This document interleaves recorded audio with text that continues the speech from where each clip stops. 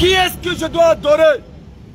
Voici les interrogations que chaque être humain doit se poser. Et ce soir, nous sommes là avec vous pour essayer tant soit peu de répondre à toutes ces interrogations bismes-là. Nous sommes venus vous présenter la seule lumière salvatrice, la seule orientation susceptible de vous offrir le salut. La lumière apportée par tous les prophètes, la lumière apportée par tous les messagers, qui n'est rien d'autre que la lumière de la soumission, la lumière de l'accomplissement de la volonté de Dieu. Et cette lumière-là, on l'a appelée l'islam. Entendez par l'islam la salam, c'est-à-dire la religion qui apporte la paix. Attendez par l'islam la tranquillité.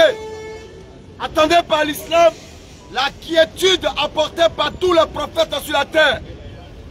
Celui qui ne suit pas la voie des prophètes, celui qui ne suit pas l'orientation des prophètes, celui qui suit l'orientation des hommes, doit comprendre que si jamais la mort l'emporte, il n'aura point de grâce, il n'aura point droit au salut. Et l'islam est venu vous apporter la vérité. Cette vérité camouflée, cette vérité tronquée, cette vérité qui a été falsifiée il y a de cela plus de 3000 ans. Le prophète Mohammed, paix et bénédiction sur lui, est le dernier des messagers annoncé par Jésus-Christ lui-même. Il nous dit, et je cite, qu'il est l'accomplissement de la bénédiction d'Ibrahim, la bénédiction d'Ismaïl, et il est également l'annonce de Jésus-Christ. La seule véritable voie des prophètes que nous sommes venus vous réitérer, ce n'est pas le bouddhisme, ce n'est pas l'athéisme, ce n'est pas le fétichisme, ce n'est pas le christianisme, mais c'est plutôt l'islam.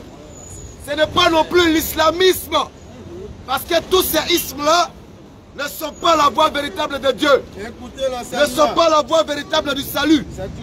Parce que retenez que lorsqu'on met le isme à un mot, ce mot sort de la conception divine. Et tout à l'heure, nous allons avoir un débat, un échange fraternel avec un frère chrétien sur le thème entre l'islam et le christianisme. Laquelle des voies doit nous procurer le véritable salut? Parce que cette vie est éphémère. Cette vie est éphémère. Et rien ne nous donne la certitude du lendemain meilleur. Rien ne nous donne la confirmation que nous allons voir demain. Alors, il faut préparer l'incertitude avec la connaissance de la vérité et sa pratique absolue, sans ambiguïté, sans mélange, sans tricherie. Alors, je pense que le frère est déjà là. Est-ce qu'il faut encore traîner? Il vaut mieux entamer le débat pour gagner plus de temps, afin de permettre aux frères d'être nettoyés, soignés, protégés de lui-même son propre mensonge. Donc, on venait prendre place. Toutes les questions seront les bienvenues. Le débat va se lancer tout à l'heure. Partagez le direct, likez le direct. Permettez à tous de profiter de la nourriture spirituelle de la vérité. Entre l'islam et le christianisme, quelle est la voie véritable du salut? Place au débat. Modérateur, bismillah. On va commencer avec 5 minutes d'introduction, 2 fois 10 minutes, et puis 10 minutes d'interaction, 5 minutes de conclusion. Inch'Allah. Encore. Vous avez ton compagnon de fidèle venu.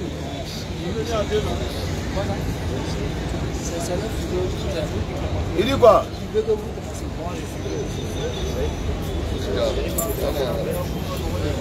Il n'y a pas de problème. Parce qu'il ne va pas fuir aujourd'hui. On n'a pas entendu. Qu'est-ce qu'il dit? C'est pas grave, on va commencer. On va commencer. Hein? Il n'y a pas de problème. Si on invite quelqu'un là, on lui demande nouvelles. On va commencer, c'est pas grave. Non, frère, tu ne vas pas nous imposer sa voix. Frère, tu commences. Quand on invite quelqu'un là, calme-toi, c'est ce qu'on va faire. Le jour où tu vas nous inviter dans ton forum, Tu vas imposer ta manière de faire. C'est un échange. Tu as commencé 5 minutes là. Commencer. Tu commences les 5 minutes. Tu as peur de quoi? Faut commencer. Ok, A'udhu billahi minash shaitanir rajim. Bismillahirrahmanirrahim. Comme d'habitude, on sent que le frère il veut prendre la fuite. Mais aujourd'hui, on ne va pas lui donner l'occasion de prendre la fuite. Donc si ça commence, on va lancer. Le premier à lancer. Alhamdulillah Rabbil Alamin. Wa salatu wa salamu ala rasulillah wa ala ahli wa sahbihi ajma'in. Subhanak la ilma lana illa ma 'allamtana innaka antal alimul hakim. Wa la fahma lana illa ma fahimtana innaka antal jawadul karim. Rabbi zidna ilma ya karim. Rabbi ishrah li sadri wa yassir li amri. Wa hlul 'uqdatan min lisani yafqahu qawli. Donc la gloire et la louange appartiennent à Allah, le Seigneur des mondes. Il a bien voulu faire de nous des vivants jusqu'à cet instant précis. Et en plus de cela, il nous a établi dans sa grâce qui est l'islam, qui est la seule religion qu'il a révélée pour l'humanité tout entière. Et il est dit dans le Coran, surat 3, verset 19, Inna dina indallahi l'islam. L'unique religion agréée par Allah, c'est l'islam. Il dit au verset 85 de la même sourate, Waman yabtagi ghayra al-islam din, falan yuqbala minhu. Il dit celui qui désire une religion autre que l'islam, il ne sera point agréé, mais il sera dans l'au-delà parmi les perdants. Et il vient encore enchérir en disant dans la sourate 30 au verset 30 que la religion qu'il a originellement donnée à l'homme, c'est bien et bien l'islam. Il n'a pas donné d'autre religion à l'homme depuis l'origine. En ce sens que depuis notre père Adam, l'islam était pratiqué. Maintenant, quel a été le rôle de Muhammad alayhi salatu wa salam? Son rôle a été tout simplement le parachèvement de la religion qui avait commencé depuis la nuit des temps. C'est pourquoi Allah il dit dans la sourate 5 au verset 3 Al-yawma akmaltu lakum dinakum wa atmamtu alaykum ni'mati wa raditu lakum al-islam ad-din. Il dit aujourd'hui j'ai parachevé pour vous votre religion. J'ai accompli sur vous mon bienfait qui est l'islam et j'ai agréé l'islam comme religion. Voilà la preuve coranique sans ambiguïté claire qui prouve que l'islam est l'unique religion envoyée pour l'humanité tout entière. Maintenant, les preuves bibliques sont aussi claires. Les preuves bibliques sont aussi palpables. Les preuves bibliques sont aussi visibles pour celui qui veut voir. Et non pour celui qui veut se laisser conduire par des compréhensions ambiguës qu'on appelle le Saint-Esprit. Parce que nulle part dans la Bible, le christianisme est présenté comme une religion apportée par l'Éternel. Mais contrairement à cela, le christianisme est présenté dans la Bible comme un sobriquet, comme une moquerie, envoyé pour se moquer des disciples de Jésus. Par quoi? Les disciples d'une idole qu'on appelait Astarté. Voilà l'enseignement qui sera donné aux frères tout à l'heure. On ne va pas encore aller au plus profond. On va l'écouter pour pouvoir nettoyer ses ambiguïtés et pour pouvoir lui donner la compréhension véritable que les prophètes ont apportée. Parce qu'on va lui demander ici de ne pas venir nous envoyer comme la dernière fois des analyses ambiguës, des analyses qui sortent du contexte scripturaire. On va lui demander de nous parler avec les Écritures. Qu'est-ce qui est écrit? Qu'est-ce que cette écriture dégage? Quelle est la parabole qui est dégagée à travers cette écriture? Il n'a qu'à le laisser à faire du Saint-Esprit, on n'est pas dedans. Aujourd'hui, on veut écriture. On ne veut pas compréhension ambiguë. Donc s'il vient ici pour essayer de revenir encore sur un débat qu'il a raté la dernière fois, en essayant de se rendre tristement célèbre, on suppose qu'il a essayé de prendre note de tout ce que nous avons dit et des vidéos qu'il a regardées de nous auparavant. Et qu'aujourd'hui, il ne fera pas la même erreur que ses prédécesseurs, à savoir venir nous étaler son ignorance. Je vais laisser là 1 minute à mon frère. Il va au moins chauffer la gorge avant que ça ne commence. Inch'Allah, c'est un débat qui ne va pas trop durer parce que les fondements sont déjà détruits dès le départ. Rien que par le nom des deux religions, si on doit dire cela, à savoir l'islam et le christianisme. Donc tout à l'heure, Inch'Allah, on va l'écouter et puis après on va lui donner l'enseignement qui sert à son niveau de compréhension. Parce qu'à chaque élève, on doit inculquer le niveau qui va avec lui. Donc quand on va l'écouter, on verra s'il vaut le poids de 2 ou 4 pasteurs ou bien s'il vaut simplement le poids d'un simple fidèle de passage dans une église. Donc tout à l'heure, on va l'écouter. D'abord 45 secondes. D'abord, il a qu'à ajouter ça. Donc les 45 secondes, non. On ne peut pas laisser 45 secondes. On a toujours quelque chose à dire. C'est pour ceux qui n'ont rien à dire. Alors comme on le disait tout à l'heure, on espère qu'il va relever un peu le niveau. On espère qu'il ne va pas rester au bas niveau habituel. Parce que la semaine passée, on a essayé de voir son niveau. Mais comme il a appelé pour demander une revanche, on va le dire ainsi, parce qu'il veut forcément parler du salut. Nous, on va lui enseigner le salut aujourd'hui. Aujourd'hui, il sera enseigné. Il y a encore quelques secondes. D'accord. Nous tenons à dire aux uns et aux autres que les débats religieux sont très importants. Ça permet de briser les barrières de l'animosité et ça permet aux uns et aux autres de comprendre ce qu'il y a chez l'autre, ainsi de suite. Donc c'est très important d'échanger. Ceux qui disent non, on ne doit pas échanger, chacun dans son coin, non seulement ils ont peur de ce qu'ils disent de tenir comme vérité, et ils ont peur aussi d'entendre une autre vérité qui risque de détruire la vérité. Bismillah. Ok. Que le nom de mon Seigneur Jésus-Christ soit béni. Lui qui a toujours été, voilà, tout ce qu'on appelle Dieu, El Elah, Elohim, tout ça.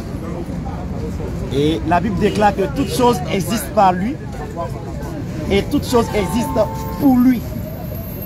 Alors je pense que ce soir, beaucoup de choses vont se savoir.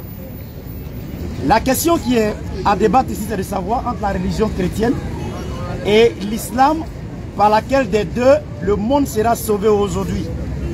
Mais avant ça, vous savez, mercredi passé, j'étais ici et j'ai dit quelque chose, j'ai dit que j'étais un aigle. Et ils ont permis à tout ce monde de se moquer de moi. On a dit que moi, je suis un oiseau et lui, il est un homme. Alors, il est supérieur à moi. Je vais montrer ici que Dieu lui-même, là, c'est lui le premier aigle. Quand on ne connaît pas quelque chose et quand on reçoit un enseignement, il faut être humble. Il faut accepter l'enseignement. Exode 19, à partir du verset 3. Moïse monta vers Dieu et l'Éternel l'appela du haut de la montagne en disant: tu parleras ainsi à la maison de Jacob et tu diras aux enfants d'Israël: vous avez vu ce que j'ai fait à l'Égypte et comment je vous ai porté sur des ailes d'aigle et amené vers moi. C'est un mystère que aucun musulman ne peut comprendre. Ça là, vous n'avez jamais vu ça depuis que vous êtes né. Je prends encore Apocalypse, parce que si vous aviez vu ça auparavant, vous n'allez pas vous manquer de moi. Je prends ici Apocalypse, avant de vous clouer à la fin, Apocalypse le chapitre 4. Autour du trône, je vis 24 trônes, et sur ces trônes, 24 vieillards assis, revêtus de vêtements blancs, et sur leur tête des couronnes d'or. Je saute là, je viens ici. Il dit: le premier être vivant, semblable à un lion. Le second être vivant est semblable à un veau. Le troisième être vivant a la face d'un homme. Et le quatrième être vivant est semblable à un aigle qui vole. Je suis un aigle. Si vous avez besoin d'explications, je vais vous expliquer. Mais vous êtes de la maison, vous êtes appelé aigle en ce temps de la fin. Alors je remercie le Seigneur parce que c'est un débat où ici, musulmans, même chrétiens, vont entendre des choses peut-être qu'ils n'ont jamais entendues de leur vie. Je vais démontrer ici que tous les musulmans, vous demeurez musulmans, vous allez en enfer avec vos moutons. Vous allez en enfer directement sans embouteillage avec vos moutons. Je vais commencer. Je vais commencer. Voilà, allez-y, hein, parce que ça va se savoir. Je vais commencer par un enseignement. Depuis le début, je vais descendre jusqu'à Moïse, tomber à Jésus-Christ. Et comment est-ce que Elohim vient se révéler chez nous les nations ici, alors qu'il y a trois races qui ont peuplé la terre: Sem, Japhet et Cham. Christ s'est révélé chez les Juifs, les Samaritains, il est parti. Mais il a promis dans Luc 17:30, venir se révéler chez nous ici les nations, en cette période qu'on appelait les 7 âges de l'église. Le Fils de l'homme marchant au milieu des 7 chandeliers. Et ça, c'est la matière même de l'épouse. L'épouse de Christ. Il vient chez nous ici, avant qu'il aille se révéler chez les Juifs pour accomplir la 70e semaine de Daniel. Quand j'ai entendu Abdul Majid expliquer les 70 semaines de Daniel, j'ai eu des mots de ventre. Parce qu'il est nul. Un nul qui enseigne ses élèves. Mais ils vont être aussi nuls. Vous allez voir aujourd'hui. Aujourd'hui là, par laquelle des vieilles religions, le monde sera sauvé aujourd'hui. Les musulmans, ils traînent sur eux parce qu'ils ne savent même pas que dans quel âge est-ce qu'on est. Ils ne savent même pas que Dieu est sur le point de détruire la terre. S'il y avait quelque chose dans le Coran, mais ils allaient prêcher. C'est-à-dire que la puissance de Allah, il n'y a rien dans la religion musulmane, je vous assure. Allez dans toutes les mosquées, les aveugles, les lépreux. Allez dans toutes les mosquées. Vas-y. Tout musulman qui est ici, et qui entend ces propos, qui a une réaction bizarre, il faut aller revoir ta foi. Parce que tu n'es pas un musulman. Sourate 3, verset 186. Allez-y, lisez et puis méditez. Bismillah. Sourate 3, le verset 186. Certes, vous serez éprouvés. Vous serez éprouvés dans vos biens. Dans vos biens. Et vos personnes. Et vos personnes. Et certes, vous entendrez de la part de ceux à qui le livre a été donné. De la part des juifs, des chrétiens, des athées, tout ce monde-là. Et de la part des associateurs. Des féticheurs, des adorateurs d'idoles. Beaucoup de propos désagréables. Beaucoup d'injures. Beaucoup de propos désagréables. Beaucoup de mauvaises paroles. Mais si vous êtes endurant alors, et pieux, voilà bien la meilleure résolution. Si vous voyez un musulman qui atteint un juif et puis il se battre, c'est parce qu'il ne connaît rien du Coran. C'est un modèle de musulman même. Il ne connaît rien du Coran. Sinon, un musulman qui sert un minimum du Coran et de la sunna de Mohammed sallallahu alayhi wa sallam, quand tu attends quelqu'un injurié là, toi en tant que musulman, tu as pitié. Parce qu'Allah il dit, celui qui connaît et puis celui qui ne connaît pas, vous ne pouvez pas être la même chose. Comment toi tu peux te fâcher contre un fou? Ça c'est toi tu es fou. Nous les musulmans sommes des hommes sensés. Donc si quelqu'un insulte, nous on a plutôt pitié et puis on essaie de l'aider. Alors je voudrais résumer quelque chose. Dans tout ce que j'ai dit, il n'y a aucune injure là-dedans. Continue. Aucune injure. Je sais de quoi je parle, il n'y a aucune injure là-dedans. Alors allez dans toutes les mosquées, les lépreux, les aveugles, toutes les sales maladies de la terre sont dans cette religion. Pourquoi? Parce que vous avez outrepassé le Seigneur Jésus-Christ, la guérison qui se trouve en lui. Mais ce soir, je vais partir d'un instant, je ne vais même pas toucher le Coran. Je vais vous laisser vous-même vous agripper sur la Bible. Dans la Bible, parce que dans le Coran, il n'y a rien là-dedans. Je vais vous donner un enseignement magistral de la part d'Elohim jusqu'à ce temps de la fin. Et ça va se savoir aujourd'hui. Je demande à tout le monde ici, apprêtez-vous et écoutez-moi attentivement. Je ne vais insulter personne. Personne. C'est un enseignement que je vais vous donner. Je vais partir de quelque part jusqu'à arriver au temps de la Odyssée, en ce temps de la fin. Que Dieu vous bénisse. Ok, les musulmans auraient fait 10 minutes pour développer. 10 minutes. Entre l'islam et le christianisme, quelle est la voie du salut? Voici le thème. Vous allez comprendre tout à l'heure entre lui et nous la valeur et l'importance de l'intelligence. Vous allez comprendre tout à l'heure entre lui et nous la capacité de la raison et du discernement. Loin de vociférer, loin de divaguer, loin de piailler, nous allons lui montrer l'essence de l'enseignement des Écritures. Quand ce monsieur est positionné dans la Odyssée, on dit entre christianisme et islam. Alors nous démontrons ici maintenant qu'il n'y a pas une autre religion de la Genèse à l'Apocalypse qui s'appelle christianisme en dehors de l'islam. Il n'y en a pas. Et nous tirons notre source avant même d'entrer dans la Bible. Nous commençons par le livre mère, le livre de la solidité, le livre de la racine, le livre de la rectification de la falsification juive et chrétienne, qui est le Saint-Coran. Sourate 3, versets 84 à 87. On va te donner notre niveau d'enseignement. On a l'impression que tu es un peu, comme tu dis que tu es un aigle, nous on est des hommes.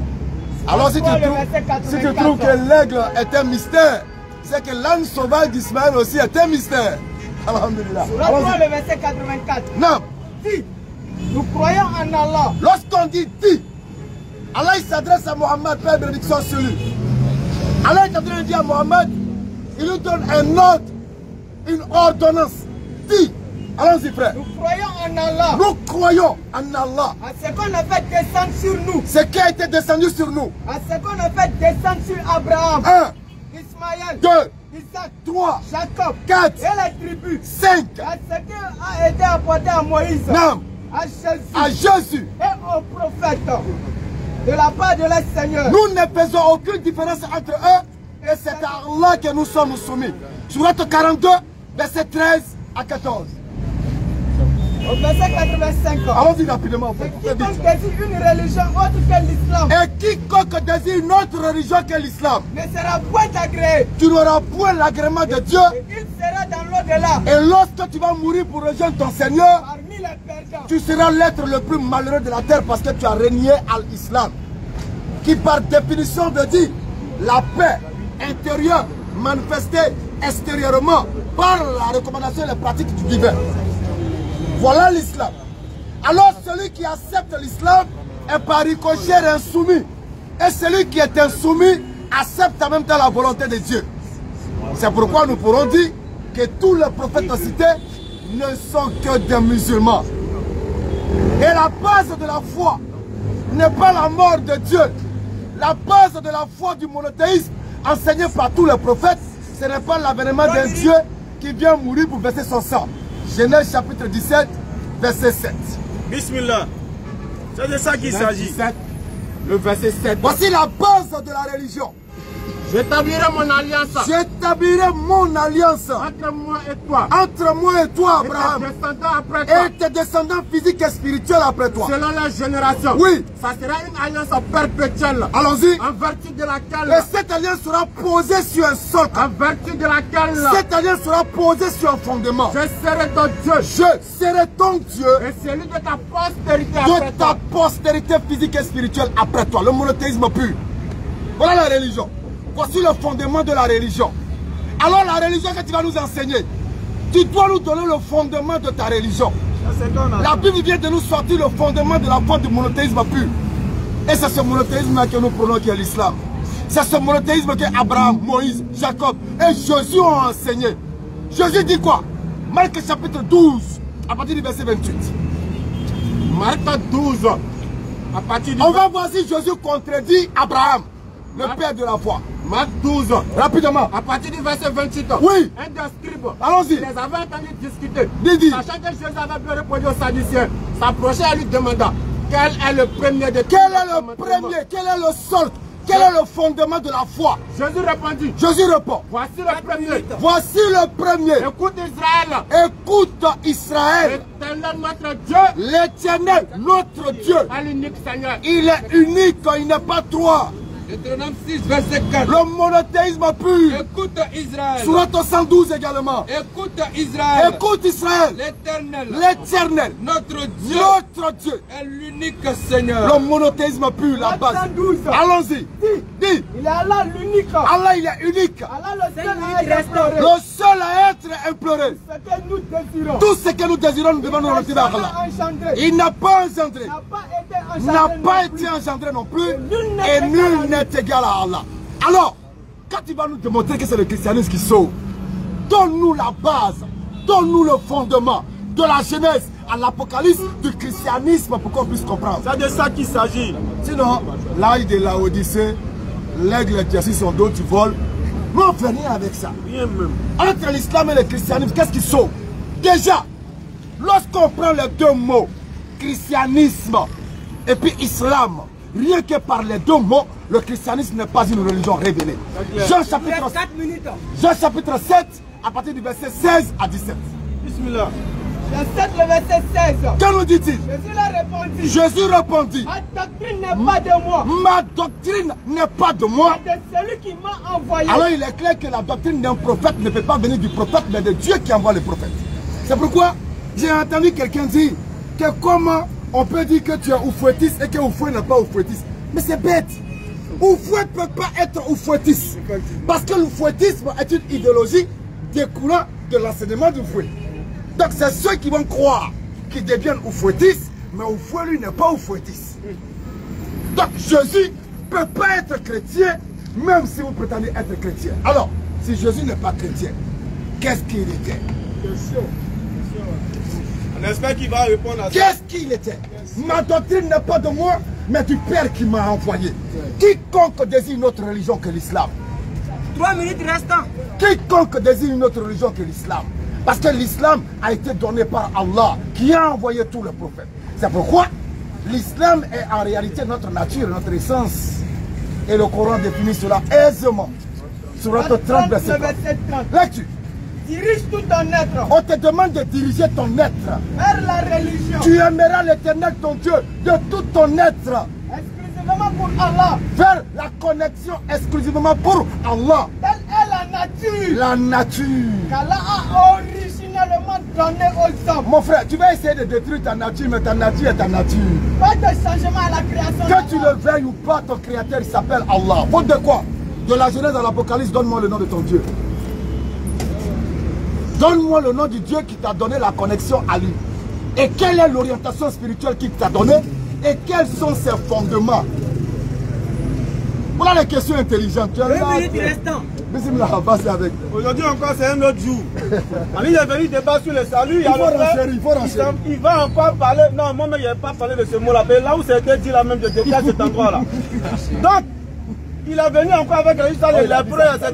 qui se retrouvent où ça? Qui se retrouvent à la mosquée. Mais nous allons dire que c'est un ignorant. En plus d'un ignorant, c'est un menteur. Sans pour autant vouloir l'injurier. Parce qu'il ne va pas à l'église pour savoir que Job a été éprouvé par la maladie dans la Bible. On va lire Job 5 au verset 7. À partir du verset 6. Alors ça. Le malheur ne sort pas de la poussière. Le malheur ne sort pas de la poussière. Et la souffrance ne germe pas du sol. Ça ne germe pas du sol, mais ça vient d'où? L'homme naît pour souffrir. L'homme même quand il naît là, il naît pour souffrir. Alors on le dit dans le Coran, la cause de Kalakana, on a créé l'homme pour une vie de lutte, pour une vie d'épreuve. Jérémie 20 verset 12. L'Éternel des armées éprouve le juste. Alors l'épreuve qui est une maladie, c'est pas pour le malheureux, mais c'est bien et belle pour le juste. Celui qui croit en Dieu. Allah l'éprouve pour qu'il puisse voir à travers cette épreuve-là, laquelle sera sa réaction. Comme Job a été éprouvé par la maladie, comment il a réagi, le Coran nous le relate, il a reconnu la miséricorde d'Allah et à travers ça, Allah lui a donné la guérison et il est élevé. Mais si le 29, le verset 2. Laisse ça d'abord. Mais si le malheur ou bien si la faim, c'est une preuve de malédiction. Jésus-Christ était donc maudit. On va lire rapidement Matthieu 8, verset 20. Matthieu 8, chapitre verset 20. Oui. Jésus lui répondit. Alors Jésus-Christ va dire quelque chose. Jésus lui répondit. Rapidement. Les renards ont des tanières. Il dit les renards même ont tanières. Et les oiseaux du ciel ont des nids. Les oiseaux même ont nid. Mais le Fils de l'homme. Mais lui, le Fils de l'homme, n'a pas où se reposer. Il est en train de pleurnicher selon ta Bible. Allons sur le verset. Matthieu 21, verset 19. Maintenant, tu vas voir si Jésus-Christ est maudit ou pas, parce qu'il était très malheureux dans la Bible. Allons. Voyez un figuier. Oui. Sur le chemin. Oui. Il s'en approcha. Il s'approche d'un figuier parce qu'il a faim. Lis le verset précédent même. Le matin a retourné à la vie. Le matin a retourné à la vie. Oui. Il a faim. Voyez un figuier sur le chemin. Alors il voit un arbre sur le chemin.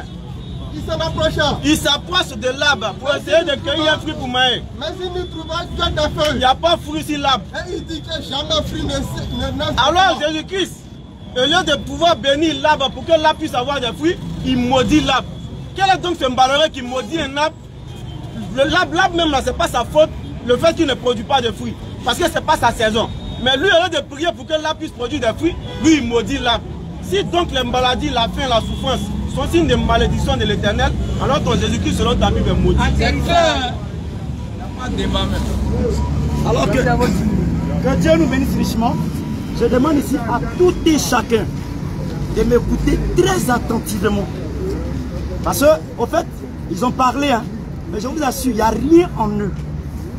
Il n'y a rien en eux. Leur niveau de spiritualité est de 100 degrés en dessous de 0. Écoutez-moi très attentivement. Que vous soyez chrétien ou musulman, animiste, bouddhiste, écoutez-moi très attentivement. L'âge dans lequel nous sommes, j'ai dit ça au Noudine Djaman, là-bas, ils se sont moqués de moi. Ils disent qu'on n'a pas besoin de savoir l'âge dans lequel nous sommes. Or, on doit connaître l'heure de la prière. L'heure de la prière est très importante, n'est-ce pas? Ok. Écoutez-moi attentivement. Quand on prend depuis la création jusqu'au temps de Noé, nous comptons 2000 ans. Du temps de Noé jusqu'à la venue du Seigneur, nous comptons 2000 ans.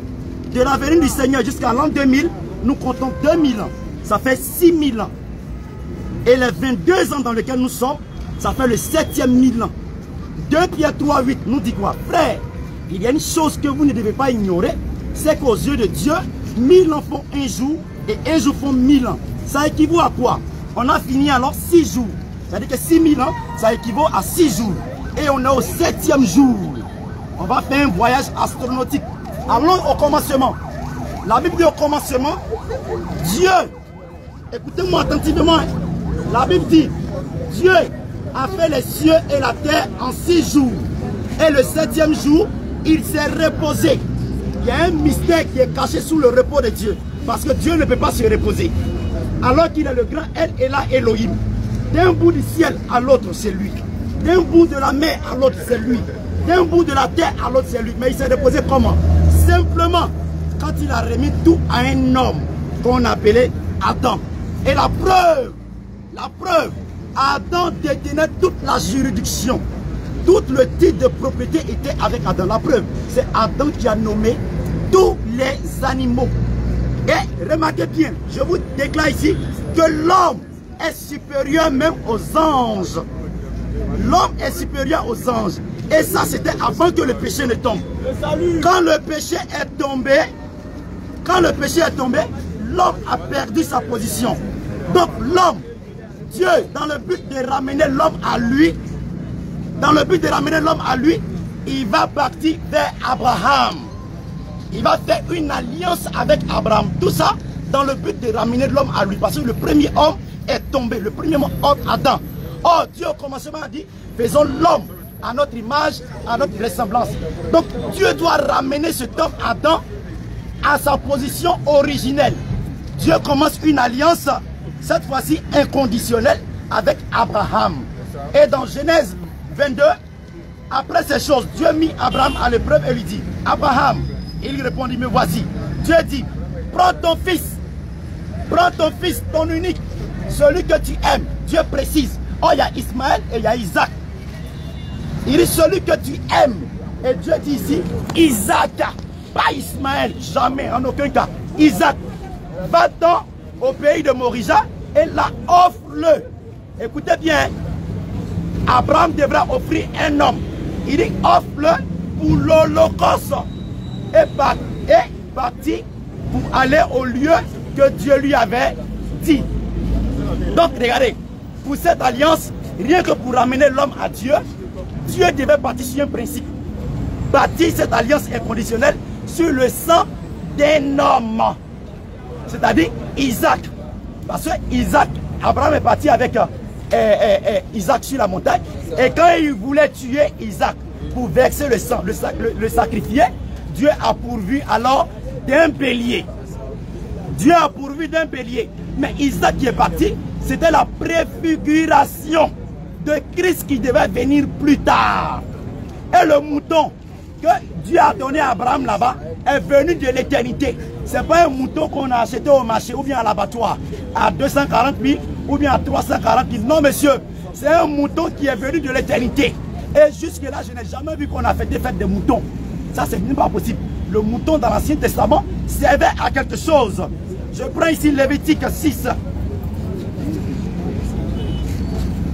Les gens ont pensé que je divague. Attendez, j'ai encore 10 minutes.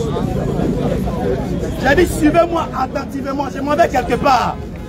Donc, Lévitique 6. Écoutez ici. Dans l'Ancien Testament, quand un homme péchait là, il ne pouvait pas aller directement demander pardon à Dieu. Il faut forcément un mouton. Il dit ici, lorsqu'il péchera ainsi et se rendra coupable, il présentera au sacrificateur un sacrifice de culpabilité à l'Éternel pour son péché. Un bélier sans défaut. Donc voilà là où le sacrifice des moutons a commencé. Donc c'était en vue du péché. L'expiation de l'homme qui a péché. Il faut tuer un mouton, tu l'envoies au souverain sacrificateur, vous voyez, et il fait l'expiation pour toi. En ce moment-là, la Bible dit, tu es pardonné. Or, si vous remarquez bien, le sang d'un mouton n'est pas compatible au sang de l'être humain qui a été fait à l'image de Dieu. Si le sang d'un mouton est compatible à l'homme, mais c'est que l'homme lui-même, il est mouton. C'est pourquoi remarquez bien, Dieu, dans son parcours, il a envoyé Moïse. Moïse, lui, dans son parcours, il annonce Jésus dans Deutéronome 18. L'Éternel Dieu fera surgir un prophète comme moi. Vous l'écouterez. Ésaïe saisit la vision. Dans Ésaïe 9. Il reste 4 minutes. Ésaïe 9, 14. Ésaïe 9.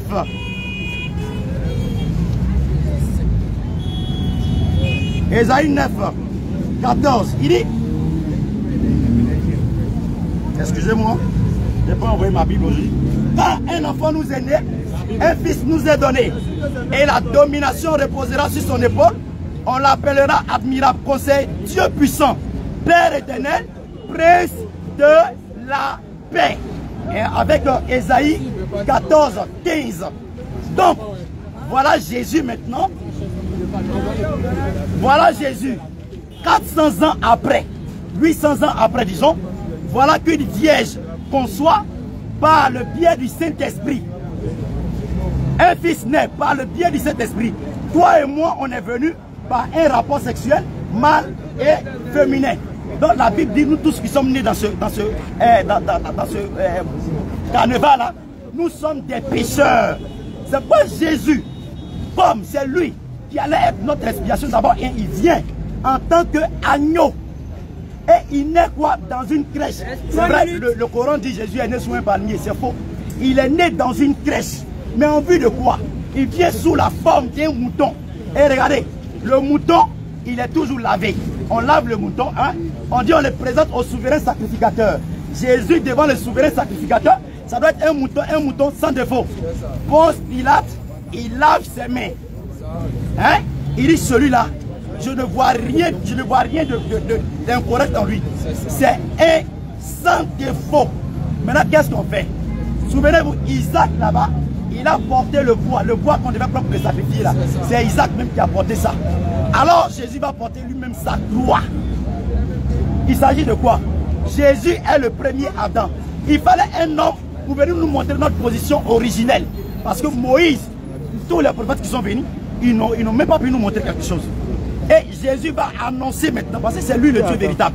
Le véritable Dieu, c'est lui le Seigneur Jésus-Christ. Dieu est esprit. Écoutez-moi seulement. Dieu, il est esprit. Donc, il a besoin d'un corps pour se manifester. Donc, il vient comment? Sous la forme du Seigneur Jésus-Christ, celui qu'on appelle le Seigneur Jésus-Christ. Regardez, avec Moïse, quand le peuple avait une maladie, Dieu a dit à Moïse, lève un serpent des reins. Et tout le peuple qui était mordu par un serpent, quand il regardait le serpent des reins, il était guéri. Et c'est en cela, Esaïe saisit la vision, il dit, par ces maîtrissures, vous avez été guéris. Mais regardez, Jésus vient sur la scène. Là où je vais rentrer pour vous étouffer, dans mes 2 dernières 10 minutes, je vais prendre Luc 17, 30. C'est maintenant même que je vais rentrer dans mon message.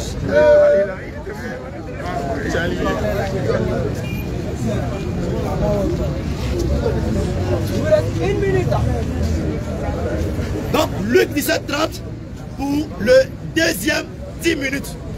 C'est là que je vais rentrer dans le mystère de Jésus. Pour montrer que les musulmans vont en enfer. Parce qu'ils ont raté Jésus. Donc que Dieu vous bénisse, vous pouvez prendre la relève. Ça va, je vais m'arrêter. Si je commence, je ne pourrai pas terminer. Je vais m'arrêter à Jésus. Ouais. Lui-même il dit, les gens ont pensé qu'il est divague. Il a pris conscience que lui-même il divague. Donc il se console dans la pensée des gens. Les gens m'ont dit que je divague. Mon frère, tu divagues même pas même. Tu n'as rien dit. Hein? On dit, entre l'islam et le christianisme, quelle est la religion du salut? D'abord, tu allais prendre la mort de Jésus, tu allais prendre agneau, tu allais prendre Dieu sans plus. On ne comprend rien. L'histoire d'Abraham que tu as soulevée là, vient détruire la crucifixion, mais on ne va pas rentrer dedans. Parce que Isaac n'a pas été tué. C'est clair. Isaac a été racheté par une bête. Effectivement. Pourquoi Dieu rachète Isaac ou bien Ismaël? Parce que Dieu ne prend pas plaisir au sacrifice humain. C'est clair. Hébreux 10 dans le verset 5. Écoute. Tu n'as voulu ni sacrifice. Tu n'as voulu ni sacrifice. C'est pourquoi. C'est pourquoi. Dans le monde dit. D'accord. Tu n'as voulu ni sacrifice. Ni sacrifice. Ni holocauste. Ni holocauste. Mais tu m'as formé un corps. Frère, Dieu prend plaisir à quoi? À la repentance. Il prend plaisir à celui qui se repent comme sacrifice, mon frère. Marc 12, à partir du verset 32. Allons-y. Le scribe lui dit, viens, maître, tu as dit avec la vérité que Dieu est unique et qu'il n'y en a point d'autre que lui. Et que l'amour de tout son cœur, de toute sa pensée, de toute son âme et de toute sa force et aimer son prochain comme soi-même est plus que tous les holocaustes et tous les sacrifices. Donc mon frère, ton sacrifice là, c'est pour le diable. Jésus l'a dit dans Jean chapitre 8 à partir du verset 40. On ne revient pas sur ça. Entre l'islam et le christianisme, quelle est la voie qui va nous orienter vers le salut? Pour parler de religion, on a une orientation, on a une boussole. Il s'appelle Abraham. Surat 3. À partir du verset 130. Non, Surat 2 à partir du verset 130. Abraham est le père de la foi. Quelle foi? La foi en un Dieu unique, sans associé et sans égal. Surat 2. J'arrive tout à l'heure de préparer. Surat 2 à partir du verset 130. Surat 2. Qui donc aura en aversion, allons-y. Qui aura donc en aversion la religion d'Abraham? Sinon, c'est lui-là même qui sème son âme dans la sottise. Allons-y. Car, oui, très certainement, nous l'avons choisi en ce monde. Et dans l'au-delà, il est certes du nombre de gens bien. Donc pour chercher la religion qui sauve, là, il faut demander si Abraham pratiquait cette religion. Est-ce qu'Abraham était chrétien? Est-ce qu'Abraham était juif? Allons-y au verset 131. On continue toujours là sur la 2. On va arriver dans l'autre tout à l'heure, Inch'Allah. Et quand ton Seigneur lui dit, au verset 131, allons-y. Et quand ton Seigneur lui avait dit, soumets-toi. Soumets-toi. Oui. Il dit, oui, je me soumets au Seigneur de l'univers. Verset 132. Au verset 132. Allons-y. Et c'est ce qu'Abraham recommanda à ses fils. Abraham a recommandé à ses fils de se soumettre à Dieu. De même que Jacob. Jacob a demandé à ses fils de se soumettre à Dieu. Oh mes fils. Oui. Certes. Oui. Allah vous a choisi la religion. Alors. Ne mourrez point autrement qu'en soumis à Allah. Voici la religion. 3 verset 67. Allons-y. Abraham n'était ni juif. Il n'était ni juif. Ni chrétien. Ni chrétien. Il était entièrement soumis à Allah. Alors, musulman. Toi, tu as enlevé la chrétienté là où pour dire que la chrétienté sauve. Surat 22, verset 78. Voilà mon frère, allons-y. Et lutter pour Allah. Oui. Avec tous les fois qu'il mérite. Allons-y. C'est lui. C'est lui. Qui vous a élu. Il nous a élus. Et il ne vous a imposé aucune gente dans la religion. La religion de qui? Celle de votre père Abraham. Notre père Abraham. Lequel vous a déjà nommé musulman. Nous on suit la religion d'Abraham. Avant ce livre et dans ce livre. Toi tu suis. Attends. Toi tu suis la religion de qui? Jésus, Moïse, Abraham. Qui t'a donné ta doctrine? Jésus dit dans Jean chapitre 7, verset 16 à 17. Ma doctrine n'est pas de moi. Ça dit tout ce que je vous enseigne, tout ce que je vous recommande, ce n'est pas de moi, mais du Père qui m'a envoyé. Et il dit que ce Père-là lui dit de se soumettre à sa volonté. Quelle est la religion qui sauve? Est-ce que le christianisme sauve ou bien c'est l'islam? Le christianisme n'est pas une religion révélée de Dieu. Il a dit tout à l'heure, le christianisme est une conception païenne depuis la ville d'Antioche, donnée par des païens dans le but de se moquer de ceux qui croyaient en Jésus. Le mot chrétien n'est employé que 3 fois dans la Bible. C'est ça même. Donc frère, dis-nous, comment tu as eu ta religion chrétienne là? C'est quitté où? C'est quitté où? La seule voie du salut, c'est l'islam, frère. Parce que l'islam ne vient pas te demander le sang humain. Le sang humain est une pratique du diable. L'islam ne vient pas te dire que Dieu est venu mourir pour te sauver. Parce que Dieu ne meurt pas pour sauver, mais il déverse sa miséricorde sur l'homme. L'islam ne vient pas te dire qu'il faut croire en un Dieu qui est 3. Parce que Dieu n'est pas 3, il est un Dieu unique. Frère, voici la voie du salut.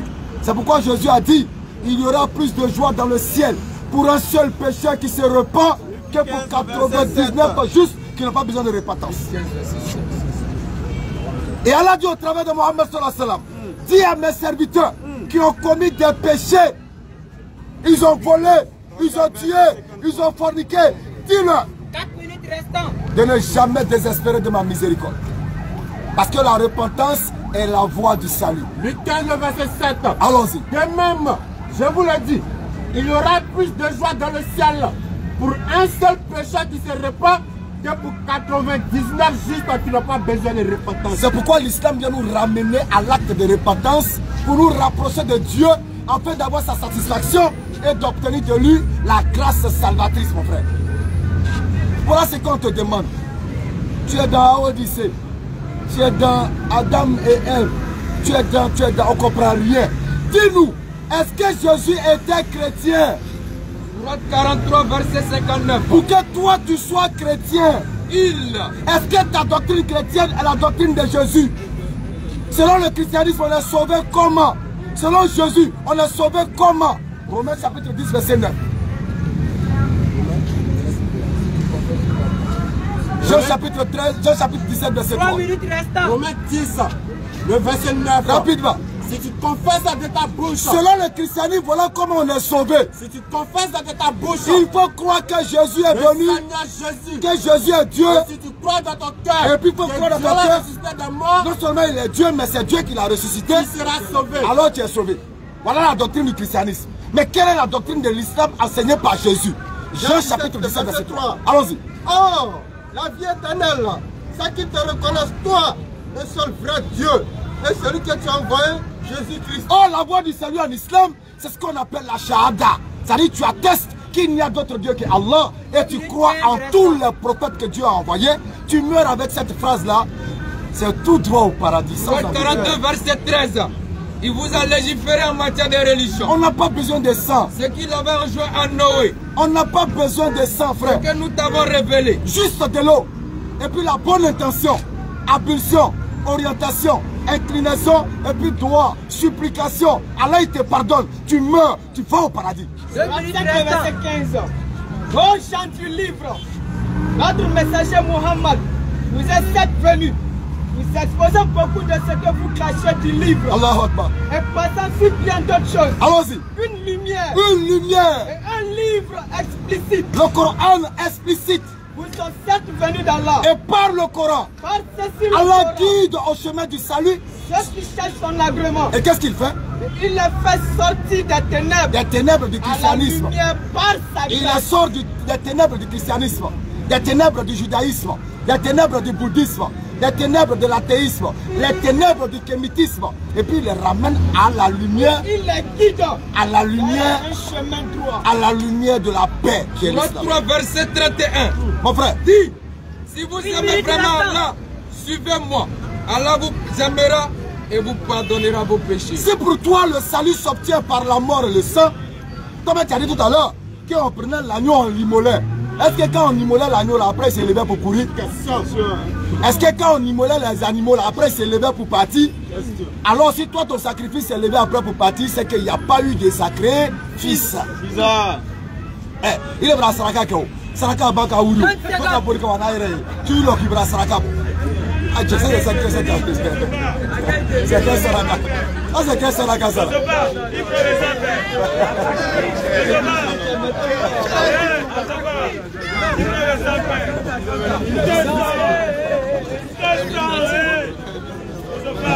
écoutez, je pense qu'on va aller au port encore bientôt pour voir ce que le frère a dans le ventre, parce que jusque-là, il n'a encore rien dit.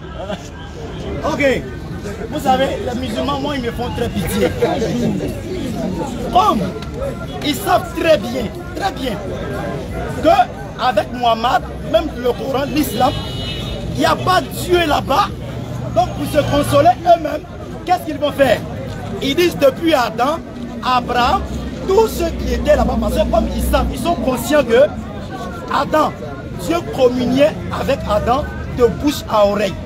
Dieu lui-même parlait à Abraham. Abraham, quitte ta patrie, va dans un pays que je te montrerai. Il a parlé à Moïse de bouche à oreille. Mais arrivé à Mohammed, on ne sait pas où Dieu là il est passé. Dieu n'a jamais parlé dans la religion islamique. Jamais. Il ne s'est jamais révélé. Qui a parlé à Mohammed? Le sauveur de l'humanité. Qui a parlé à Mohammed? On dit Djibril. On dit Djibril. Où est Dieu? Le Dieu de Moïse là. C'est lui qui était avec Mohammed. Mohammed était un pédophile. Mohammed là, c'était un pédophile. Jésus dit dans Luc 17:30, ce qui arriva au temps de Noé arrivera de même à l'avènement du Fils de l'homme. Les gens mangeaient, les gens buvaient, les gens se mariaient leurs enfants. Vous entendez bien, non? Les gens se mariaient leurs enfants. Regardez un vieux comme ça, Mohammed, qui a couché avec cette petite fille. Ça, c'est ce qu'on appelle la pédophilie. Il n'y a rien dans le Coran, vous-même vous le savez très bien, aucune puissance. aucune puissance, vous le savez très bien.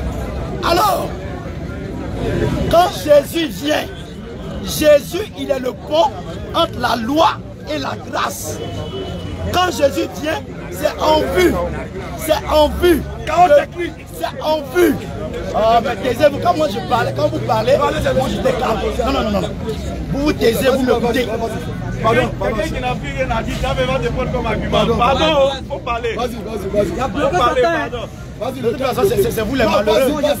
Pardon, faut parler, pardon. Il faut bloquer d'abord, il faut se calmer d'abord. Il a bloqué, faut parler. S'il vous plaît, écoutez le pasteur parler. On va lui donner une minute même encore.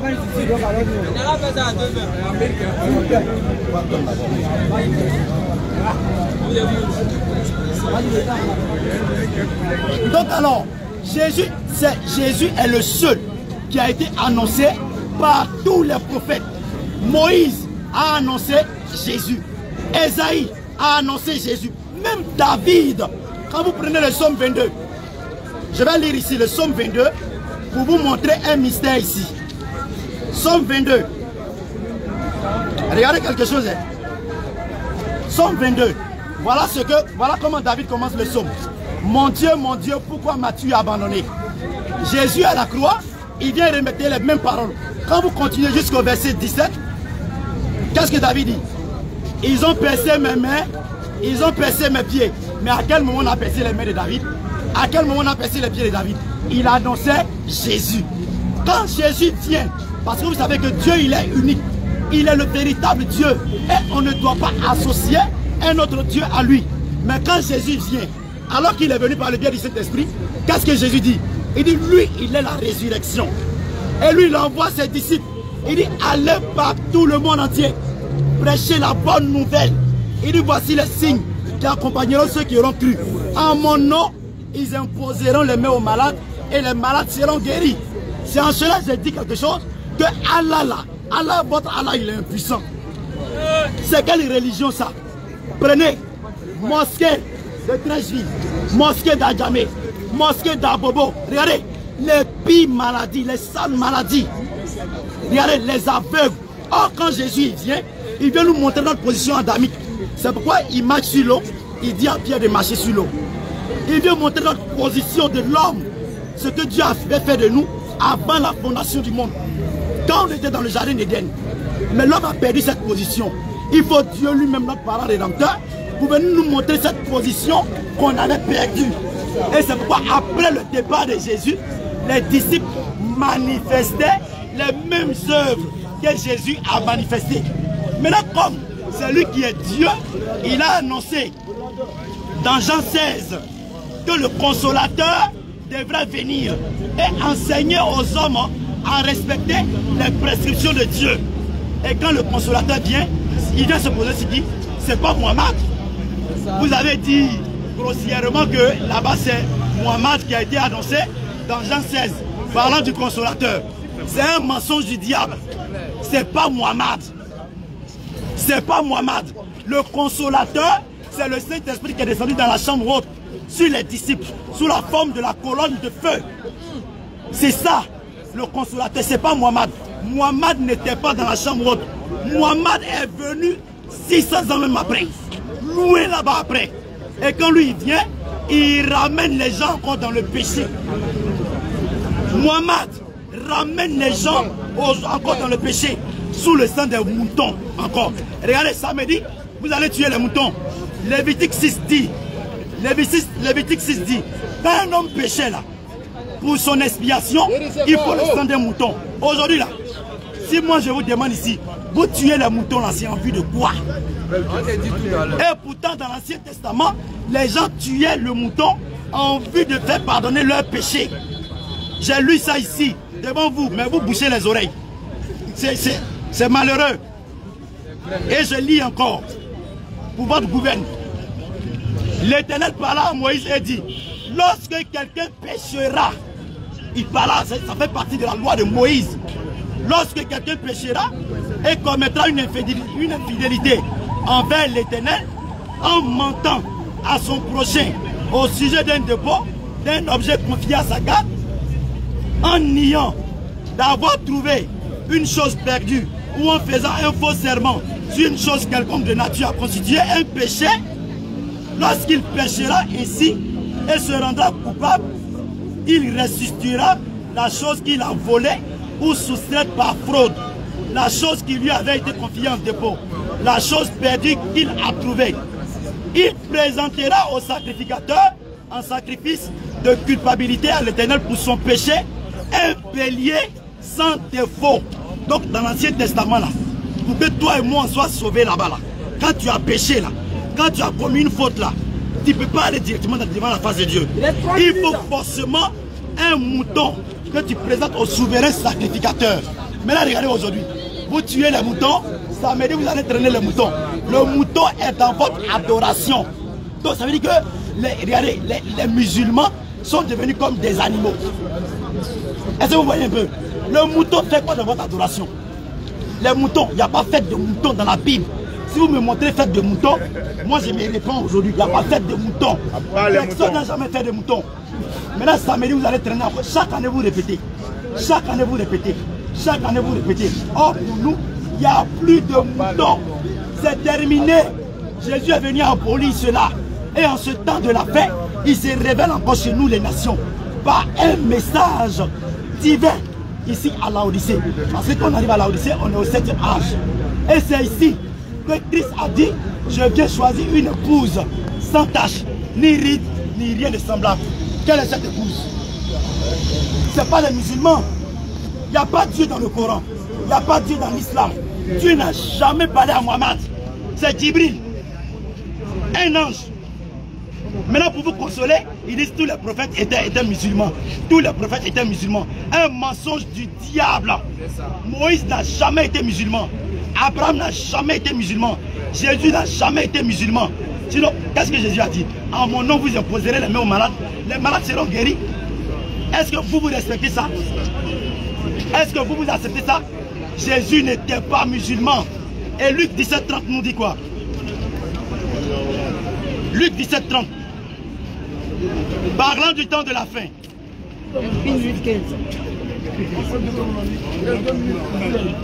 Luc 17:30. Ce qui arriva du temps de Noé arrivera de même au jour du Fils de l'homme. Les hommes mangeaient, buvaient, se mariaient les enfants jusqu'au jour où Noé entra dans l'arche et les deux riches les filles tous périr. Ce qui arriva au temps de Lot arrivera de même à l'avènement du Fils de l'homme. Les hommes mangeaient, buvaient, achetaient, vendaient, plantaient, construisaient. Mais le jour où Lot sortit de Sodome, une pluie de feu et de souffle resplendit du ciel et les fit tous périr. Donc l'âge dans lequel nous sommes, c'est un âge où l'homosexualité et puis le temps de Noé seront fusionnés. C'est dans cet âge-là que le Fils de l'homme va se révéler. Or ici, le premier homosexuel impie qui a déjà légalisé l'homosexualité, c'est Barack Obama.